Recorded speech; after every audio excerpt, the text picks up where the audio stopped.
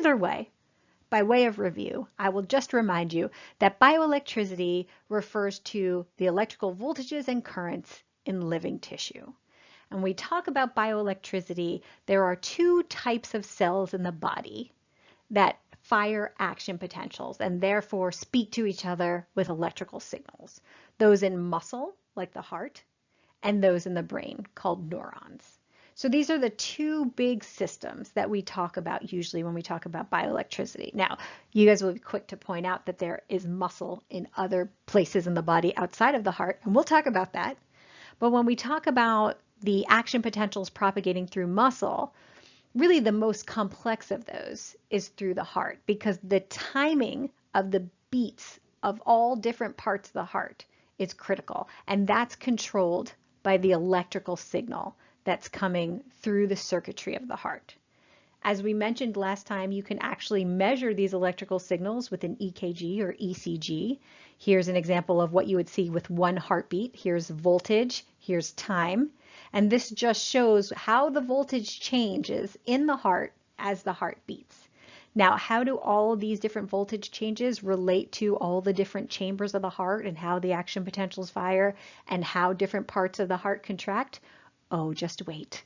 We will go over all of that. But for now, all you need to know is, hey, bioelectricity is pretty important because it explains how the heart beats. But first, before we get into all of that, we're really going to start in the first half of this course with the brain. And the reason why we start with the brain is because the fundamental studies which gave us the understanding of bioelectricity happened in neurons. In fact, it happened in the neurons of a giant squid, which we'll talk about. And these studies gave us the foundation for understanding action potentials, which allow us to understand what happens in the heart, what happens in muscle tissue, and what happens generally when a cell fires an action potential. So it all really started with the brain. And if you can understand fundamentally how action potentials are propagated and how they're made and how they're generated in the brain, you can apply it to all the other parts of the body very easily.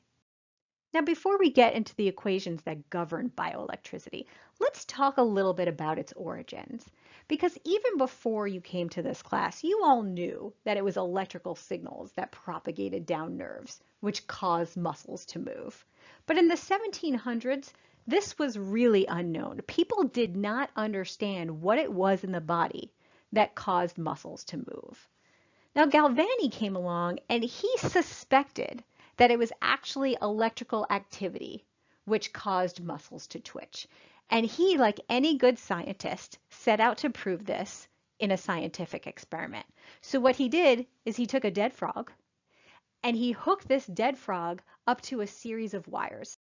These wires were connected to a lightning rod because it was the 1700s. They didn't have outlets. He couldn't just plug this experiment into the wall. He had to be extremely patient. He set up this entire thing and then he waited. And one day, there was a lightning storm. When lightning struck, the electricity went through the wire and it caused the frog leg to twitch. And this was the first time that he was able to show that electricity can make muscles move. Then he kind of got a little ahead of himself.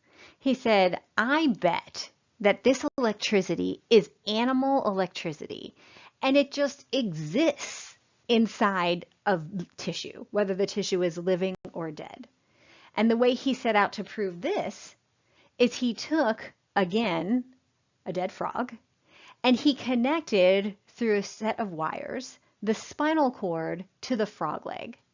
And again, in this dead frog, what he showed is that this caused the frog leg to twitch. And he said, aha, it is scientifically proven. Inside all of our tissue is the ability to generate electricity.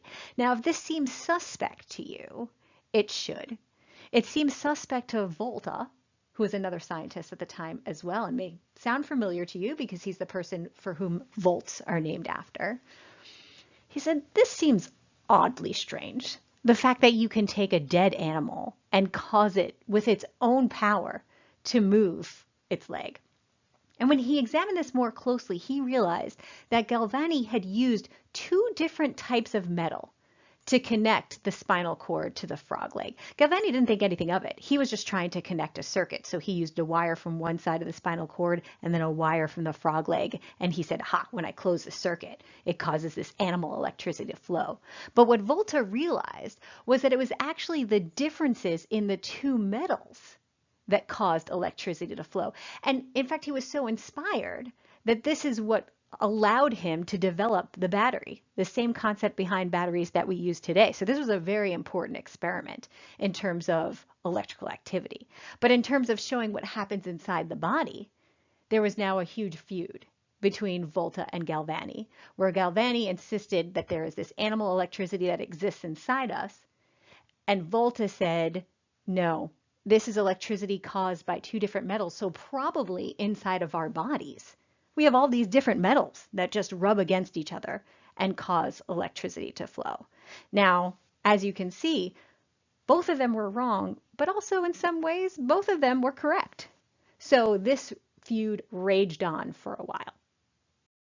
Now, even though we had not perfected our understanding of what it was that caused electricity to flow in the body at the time, both Galvani and Volta had realized that it is electrical activity that causes muscles to move. And this inspired a series of separate experiments because at the time, people believed they didn't know anything about electricity. So they believed that the speed of this signal, the speed of electricity, was infinite. Because it makes sense if you think about it logically when you think, oh, I need to raise my hand, or oh, I need to move towards the door. It seems to happen instantaneously that your muscles move when your thought is created. So Helmholtz, again a good scientist, came and he said, you know what? I want to test the speed of the signal. I want to see if the speed is actually infinite. And again, he kind of just used the materials he had available at the time. And again, he used a dead frog. Was not a great time to be a frog in the 1700s and 1800s. So what he did is he set up this circuit where he took a frog leg and he connected it to a series of wires and a circuit where he could control when the circuit was open or when it was closed via this clamp. So right now in this position, there's no current flowing through the circuit because it's not connected through this clamp here. But when he closed that clamp, then it caused electricity to flow through the circuit. And what happens is electricity flowed through the nerve of the frog leg, caused the frog leg to twitch, and that twitch pulled the circuit open again. And the time between the time when you close the circuit and the circuit open again tells us the velocity that the signal was able to flow down the nerve. Really clever experiment for the time. Because all you had to measure really was the difference in time between when you closed the circuit and when the frog leg twitched, which automatically opened the circuit. And you could easily measure the length of the nerve in the frog leg. And by that, they were able to see that electricity did not actually flow at an infinite speed. There was some time it took for electricity to travel down the nerve. These were fundamental concepts that were not understood at the time and really set the stage for understanding bioelectricity. All right, so now we know that electrical signals are critical for movement of muscles in the body. But the next question is, well, that's great. We understand that. But what creates those electrical signals? We don't have batteries or plugs inside our bodies. What makes those electrical signals start? And the truth is, in order to understand that, you need to understand cells. You need to understand how cells work. Cells are the basic unit of living tissue. So all the tissue in your body is made up of cells. Now, all cells are covered by a membrane. The membrane is what keeps the goop inside the cells together. And there is a voltage difference across that membrane. What does that mean? That means if you measured the voltage inside the cell compared to what's outside the cell, it will be different.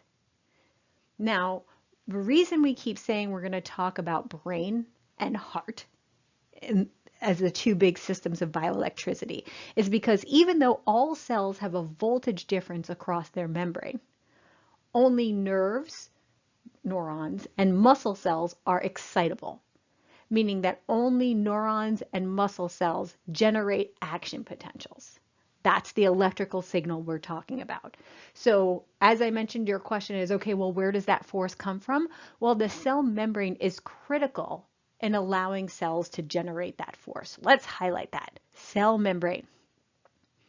Really important. The cell membrane is a critical structure that allows that electrical force to generate.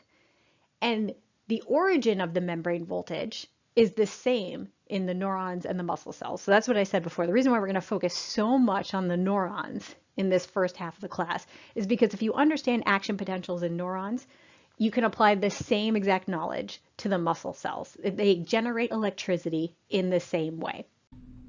All right, so let's start with the central nervous system. You guys all know this. This is what the central nervous system looks like. When we talk about the central nervous system, we're talking about the brain and spinal cord. Now, in the central nervous system, just like we talked about on Monday, there are a ton of different cells. There's astrocytes, there's glia, there's all sorts of supportive stuff. But what we're really going to talk about are the neurons, because the neurons are the ones that propagate the electrical signal. And that was what we showed in the video on Monday, right? So what we really care about in bioelectricity and in general when we do these studies is we care about what the neurons are doing, how the neurons are firing when the neurons have dysfunction. And in that video, what they showed you is a technique to kind of clear away all the other stuff so you can just look at the neurons. And that's what we're going to focus on today. So this is a cartoon version of what a neuron looks like. Here is the cell body, the soma. These are dendrites. You can think of them as little hands that go out into the environment, just looking for a signal. All these little arms and hands reaching out saying, hey, is there something going on I should know about? Is there something happening? You can think about this, when you're sitting in your room, you're really bored. You send out a tweet like, hey, anything happening tonight? And get no answer. So you send out another tweet to a different person like, hey, you guys doing anything tonight? And then another tweet, and then another tweet, and another tweet. Just trying to see what's going on in the environment. Just tell me what's going on. And then what happens is here in the cell body, it integrates all the information it gets from the environment. Now you might say, well, what is the information it's actually looking for? What information actually reaches the dendrite? We'll get into that. It's actually a chemical signal. There's no need to understand that right now. All you need to know is that signals reach the dendrites and they're integrated here in the cell body. And this is what says, okay, I have enough signal that I'm going to generate an action potential. When an action potential is generated, it travels down this long wire-like structure called the axon. And then it comes to the end, the terminals, and the signal is propagated to other neurons that are kind of looking for signals out in the environment. So this is how the whole structure of the neuron works. So when we talk about the cell membrane, we're talking about the membrane which covers this cell, basically keeps all the insides of the cell in. Now you'll notice on this cell there's another aspect of coating called myelin. This is another coating in addition to the cell membrane. We'll talk about that in future classes, but basically myelin is something which insulates the cell a little bit more, makes this axon act more like a wire. And the more myelin you have, the faster the signal can travel down the axon. But where the cell is uncovered by myelin, there is the cell membrane between the intracellular space and the extracellular space. And if you were to zoom in on that cell membrane, this is what it looks like. There are two layers of what are called phospholipids. Phospholipids just mean fats, and we'll look at them more on the next slide. And that's the basis of the cell membrane. That's the basis of what keeps all the intracellular stuff in. But then you'll notice there's other kind of junk embedded in the cell membrane. It turns out that these, what we call channels, are critical for allowing communication between the membrane. And this is what is going to help us propagate the electrical signal. But importantly, they're all embedded in this phospholipid, this fat membrane, which really insulates the cell and keeps the electrical signal tight. So the cell membrane is composed of these phospholipids. The cell membrane is very thin. It's 7.5 to 10 nanometers thick. So it's really a very small layer between the inside of the cell and the outside of the cell. That's going to be important because it's going to help us understand the capacitance of the cell membrane. You don't need to know what that means now, but just keep in mind in the future, the electrical properties of the cell membrane are going to be somehow tied to how thick it is. And as I said, it's made up of these fats, essentially. So this is what a phospholipid molecule looks like if you zoomed in on it. It has a head that basically likes water and a tail that hates water. So if you look at it here, if you just had a line of them in some fluid, the heads would be like, wee, we're in a pool, this is so much fun. And the tails would be like, nope, not doing it. I don't like it. I don't want it. So the tails are going to be repelled from the water and the heads are going to be attracted to the water. So what does that mean? If you dropped a bunch of phospholipids molecules into the water, they're going to create these beads. Think of it as if you poured olive oil into water. It creates this sort of like beaded structure. That's because the heads are all facing towards the water and the tails are all protected inside this structure.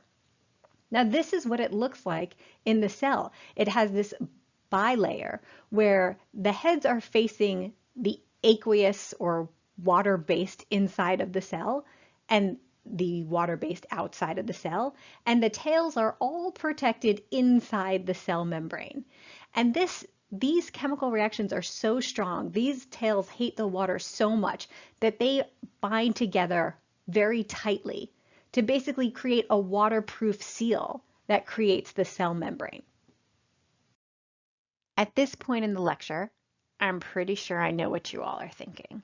You're thinking, wow, it is amazing what I just learned about the cell membrane. That is super exciting, and I'm very glad to know it. But I signed up for bioelectricity, not biocell membrane. Where's the electricity? Well, let's start to tie this all together and talk about current in the body. So current inside the body involves movement of ions. So here are some ions that are moving. Actually, their sizes are reflective of how big these ions are. So chloride, they're in green. Then they're moving about too fast. There's sodium here. There is, I think that's calcium moving around. And here's potassium. These ions are naturally found in your body, inside the cell and outside the cell. Remember, just to go back to your chemistry, an ion is any atom or molecule that has a charge. So that means the number of electrons differ from the number of protons. So there is a net charge on the ion.